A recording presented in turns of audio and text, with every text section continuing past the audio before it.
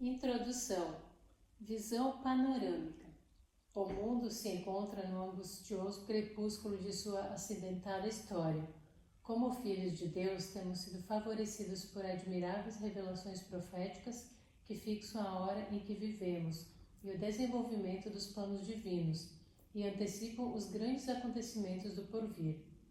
Como povo, temos recebido importantes mensagens inspiradas através da serva de Deus, mensagens essas que ampliam as profecias da Bíblia, abrem diante de nós um vasto panorama dos acontecimentos vindouros e nos animam na busca de um preparo que necessitamos para a grande crise que se avizinha. Conhecendo o tempo. Com razão, disse Paulo, já é hora de despertarmos do sono, porque a nossa salvação está agora mais perto de nós do que quando aceitamos a fé. Romanos 13, 11. Se há na terra o povo que pode tornar suas as palavras do apóstolo e que conhece o tempo, esse povo é o povo adventista. Enquanto o mundo estremece de temor pela incerteza do amanhã, nós conhecemos o tempo. O viajante internacional que empreende uma longa viagem leva sempre consigo um itinerário ou um mapa. Em todo o tempo sabe quais são as etapas já cobertas de sua viagem e que escalas o esperam no futuro. Sabe de antemão o dia e a hora da chegada a cada um dos aeroportos e os pormenores de sua viagem cumpre-se com precisão.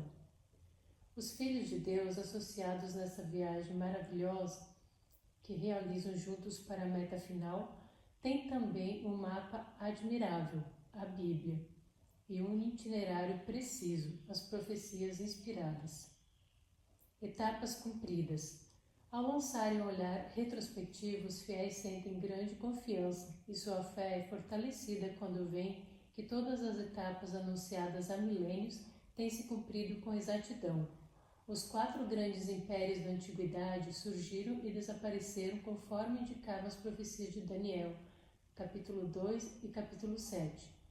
O férreo Império Romano se fragmentou, constituindo as modernas nações europeias.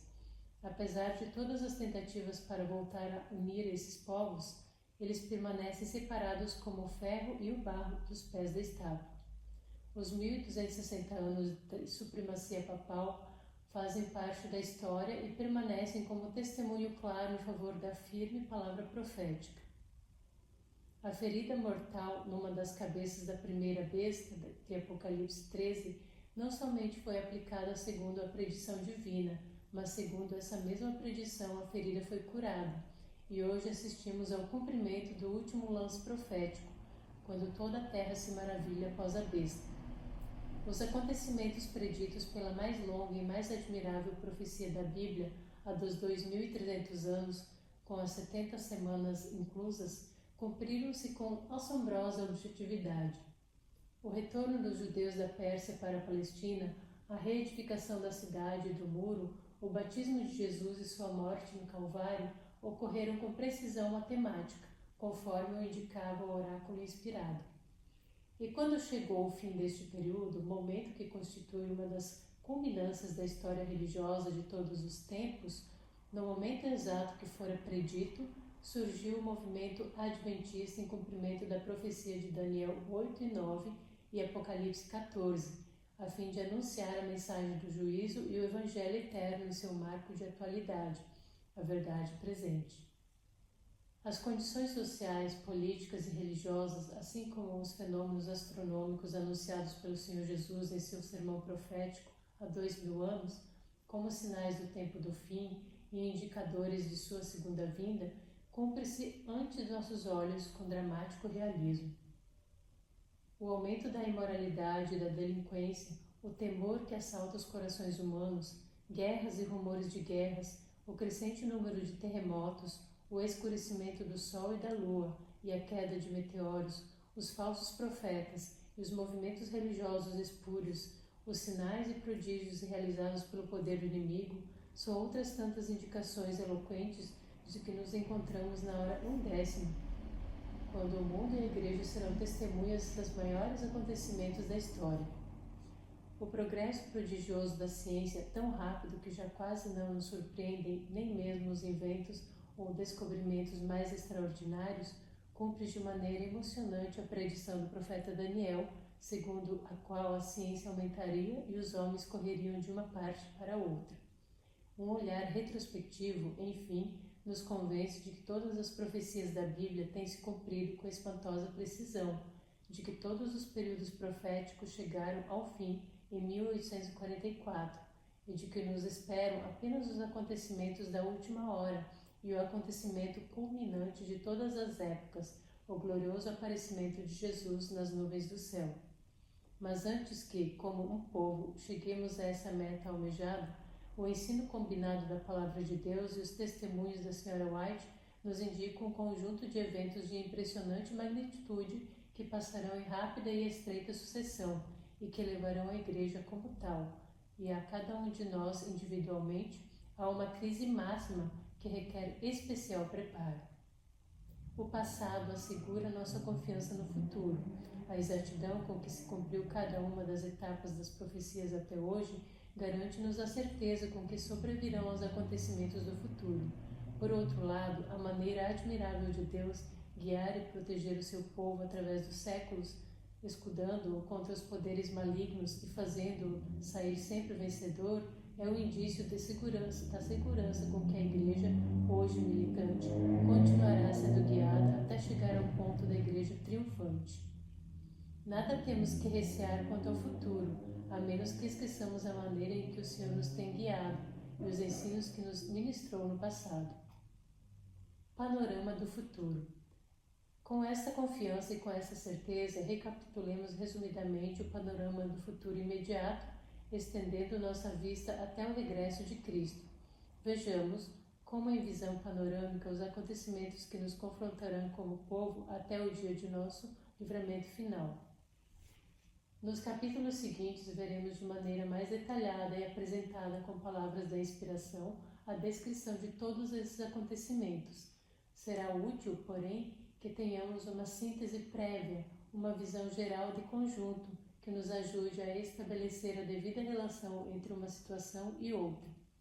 Antes de terminar o tempo de graça, enquanto ainda os homens podem lançar mão das provisões do Evangelho e enquanto os filhos de Deus ainda se encontram em situação de assegurar sua salvação, ocorrerão os seguintes fatos: o selamento, a chuva serôdia, a pregação intensiva, o fim da obra e a sacudidura. Esta anunciação dos acontecimentos mencionados não implica qualquer ordem cronológica dos mesmos. Vários desses acontecimentos, ou todos eles, poderão ocorrer em grande parte simultaneamente. O que sabemos com certeza é que quando for proferido o decreto de Apocalipse 22:11 e terminar o tempo da graça, todos os acontecimentos terão também terminado, para dar lugar ao começo do tempo de angústia. Como fator coadjuvante, porém, e em certa medida preparatório destes acontecimentos, ocorrerá dentro da Igreja de Deus um movimento de reformulação de vida, fruto em grande parte da pregação da mensagem da testemunha fiel à Igreja de Laodiceia e da compreensão do grande tema da justificação pela fé. Essa reforma determinará um notável despertamento espiritual e acelerará a queda da chuva serôdia e a disseminação da mensagem, preparando o povo para as cenas do tempo de angústia e o aparecimento majestoso de Cristo. O selamento. A fim de preparar seus filhos para o tempo de angústia, Deus deseja imprimir neles o selo de sua lei, de seu caráter e de sua perfeição. Esta obra, que já está ocorrendo, é de pouca duração e logo terminará. Na verdade, o selamento pode ser definido como um processo que começa na conversão e termina com o fim do tempo da graça, seja por ocasião da morte do crente ou em virtude do fim do juízo investigativo. O selamento requer da parte de cada um a limpeza de todo o pecado e a vitória sobre cada fraqueza ou defeito.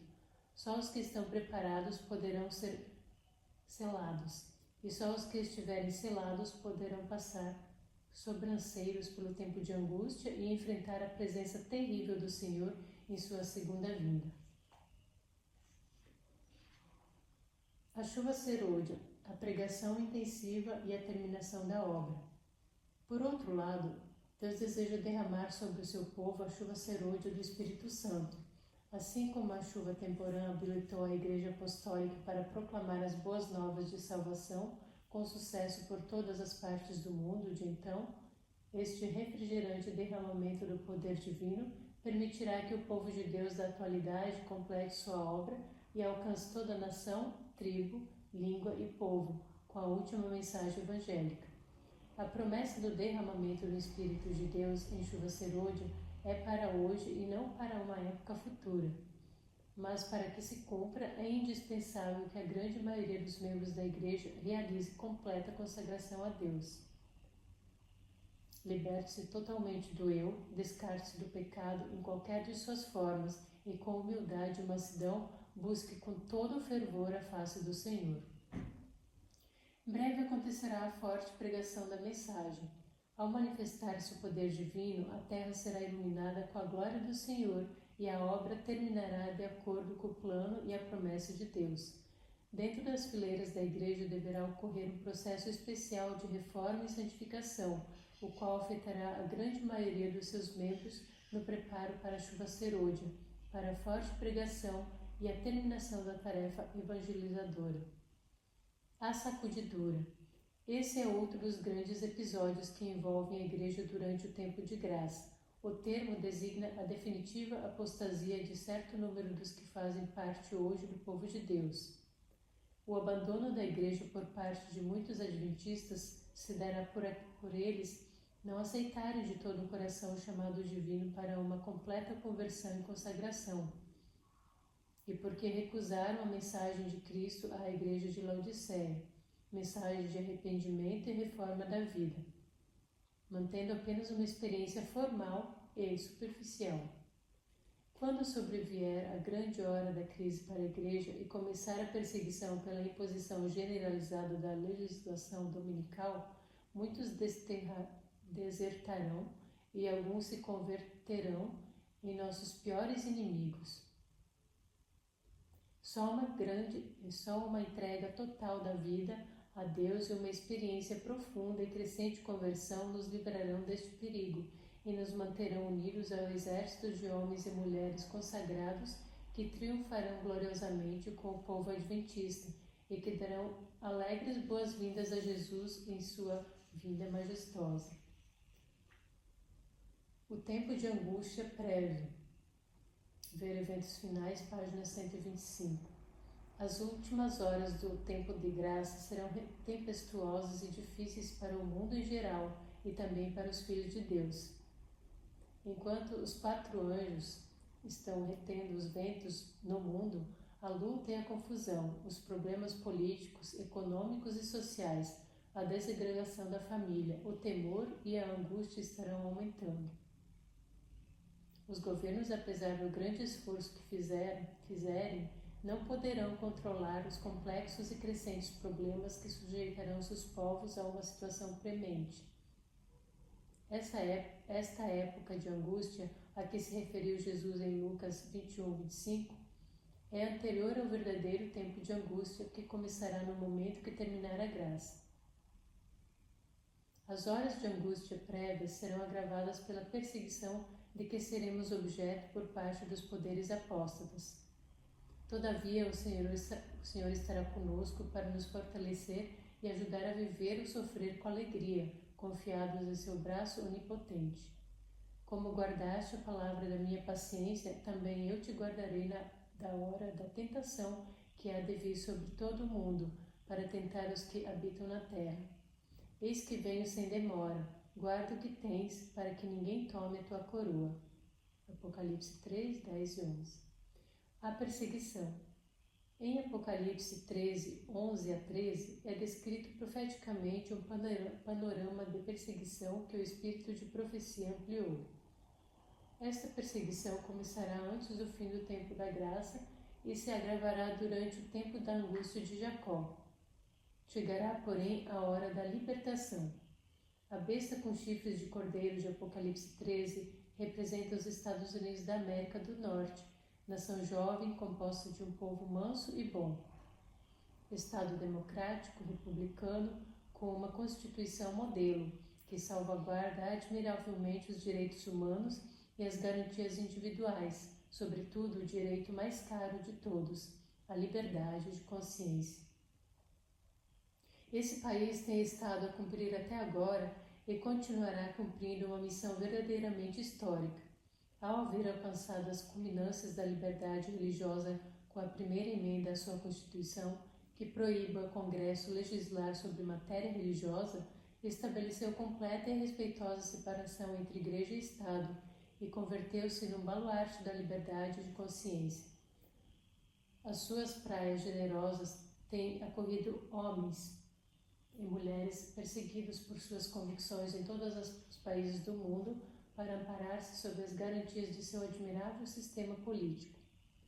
Em sua providência, Deus escolheu os Estados Unidos para aí estabelecer o centro mundial da Igreja Adventista, e deste país rico, progressista e amante da liberdade, tem saído, sem qualquer entrave, através dos anos, os recursos dos missionários para levar a tríplice mensagem evangélica aos quatro cantos da terra e até os confins do mundo. Contudo, a profecia afirma que este país, representado pela besta com chifres de cordeiro, mudará completamente sua natureza e, como consequência, fará o seguinte. Primeiro, falará como o dragão, verso 11, e o dragão de Apocalipse 12 é uma potência perseguidora. Segundo, obrigará os moradores da terra a adorar a primeira besta, ou seja, Roma, verso 12. Obrigar a humanidade a render vassalagem a uma potência político-religiosa significa fazer imposições de caráter religioso. Isto cancela toda a liberdade religiosa mantida até então e inaugura uma época de coerção e perseguição. Terceiro, fará grandes sinais de tal maneira que até fará descer fogo do céu à terra para enganar. Versos 13 e 14. Isto se cumprirá pelo extraordinário incremento que alcançará o Espiritismo e por sua união com o catolicismo e o protestantismo. Quarto, ordenará aos moradores da terra que façam uma imagem à primeira besta, vale dizer, o poder romano. Verso 14. Se a besta é um poder perseguidor, a imagem da besta terá de ser outro poder que utilize os mesmos métodos. Esta imagem da besta, como nós veremos no capítulo próprio através de Ellen White, outra coisa não é senão o setor do protestantismo que irá afinal à apostasia e que se unirá para exigir do Estado o poder civil a fim de impor leis religiosas. Quinto, fará que em todos seja posto um sinal, o sinal da besta, e que ninguém possa comprar nem vender a não ser quem tenha o sinal. O sinal da besta é exatamente o que tem sido proclamado. Nem tudo o que se refere a esse assunto é compreendido, nem compreendido será até que tenha sido completamente aberto o rolo do livro. Sendo que o sinal ou selo de Deus é a lei divina e, em particular, o sábado, verdadeiro dia de repouso, o sinal da besta, poder inimigo de Deus e da verdade, deve ser um falso dia de repouso. Assim como a observância do sábado, de acordo com o quarto mandamento, testifica de nossa lealdade ao governo de Deus como Criador e Salvador, a observância do domingo, que será universalmente imposta pela imagem da besta, e os demais poderes apóstatas, é o sinal da besta, ou seja, o sinal de lealdade ao falso poder inimigo de Deus e da verdade. O ponto focal da grande e milenar controvérsia entre a verdade e o erro, entre Cristo e Satanás, será a observância ou a violação do verdadeiro dia de repouso. Os que não aceitarem o sinal ou a marca da besta, os que se negarem a observar o domingo e a participar simultaneamente em atos de culto que incluirão a violação do Santo Sábado, serão perseguidos. Perderão toda a proteção da parte do Estado. As garantias constitucionais serão suspensas para eles e privados dos direitos mais essenciais, até mesmo os de subsistência, como o de comprar e vender. Antes que termine o tempo da graça, será promulgada uma lei dominical de âmbito federal. Esta dará começo a uma grande hora de prova para a Igreja, a crise máxima de sua história. Hoje, as leis que obrigam o descanso dominical pretendem ter caráter social e de saúde, admitem exceções e insiste-se em que elas estão desprovidas de todo conteúdo religioso. Leis semelhantes estão em vigor em grande número de estados do grande país norte-americano. Breve, porém, essas leis serão obrigatórias em todos os estados da União, convertendo-se praticamente em lei federal ou nacional. Essa lei será talvez de natureza diretamente religiosa e implicará de algum modo um ato de culto ou de violação do verdadeiro dia de repouso. Sua promulgação será exigida pela imagem da besta, ou seja, pela confederação do protestantismo apostatado, o qual agirá com o apoio católico e espírita. Isso dará começo à grande perseguição. E quando essa lei se tornar federal, religiosa e obrigatória em todos os Estados Unidos, nos demais países do mundo serão promulgadas leis idênticas, de maneira que a perseguição será geral. Então, será um momento em que os filhos de Deus deverão preparar-se para sair das grandes cidades e em breve abandonar também as cidades pequenas.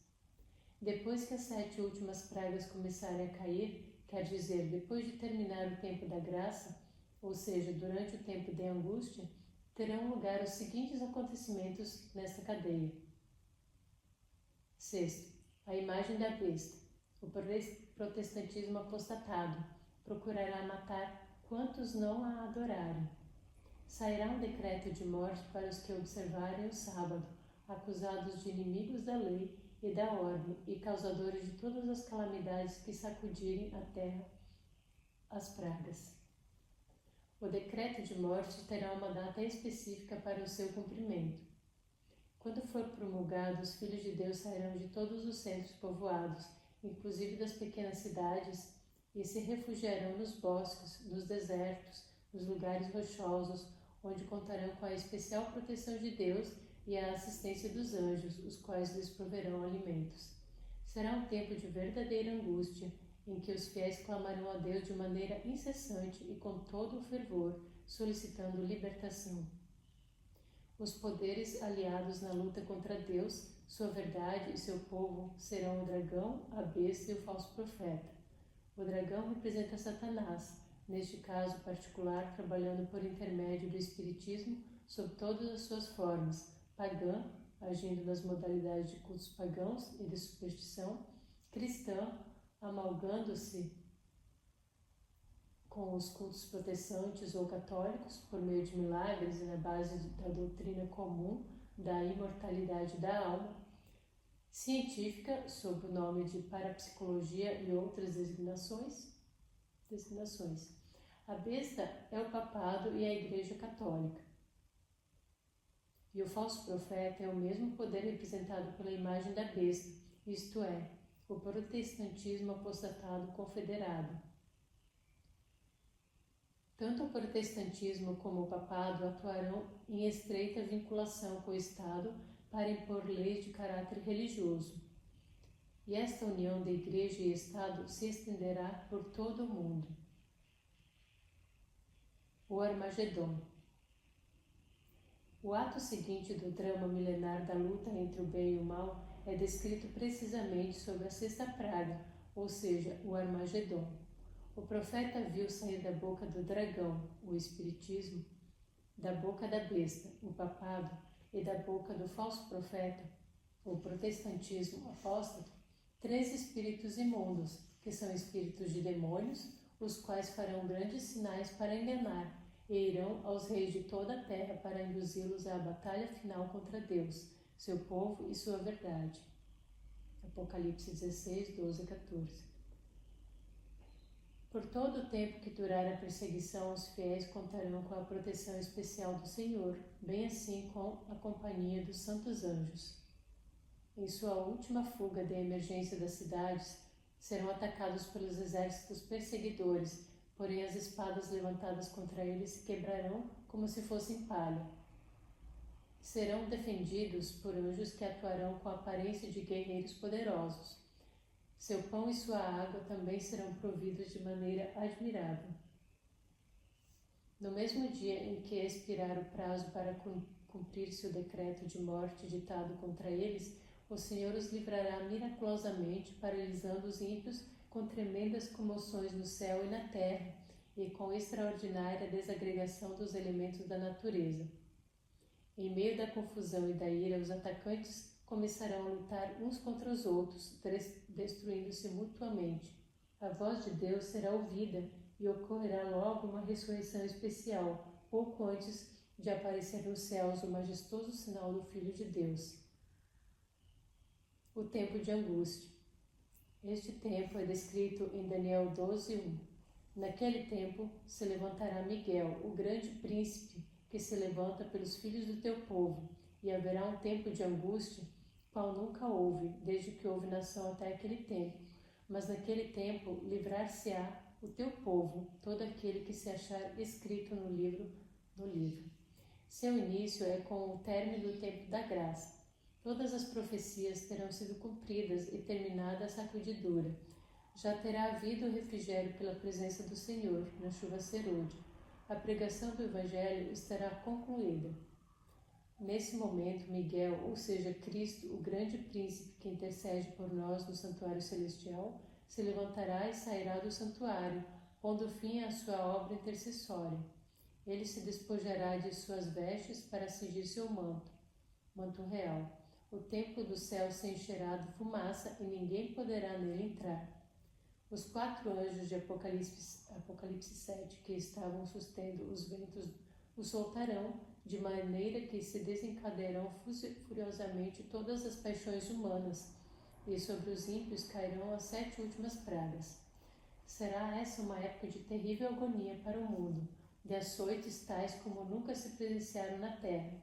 Não fosse o fato de serem essas pragas locais e não universais, o mundo inteiro ficaria despovoado.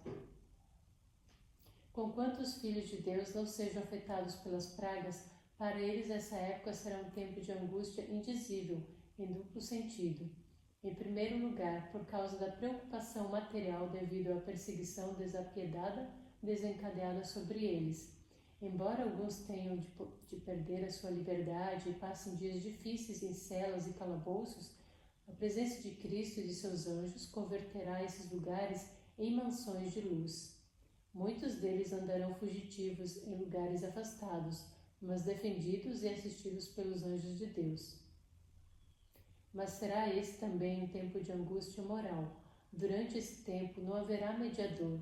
Se houver na vida deles faltas não confessadas ou pecados imperdoados, estarão perdidos.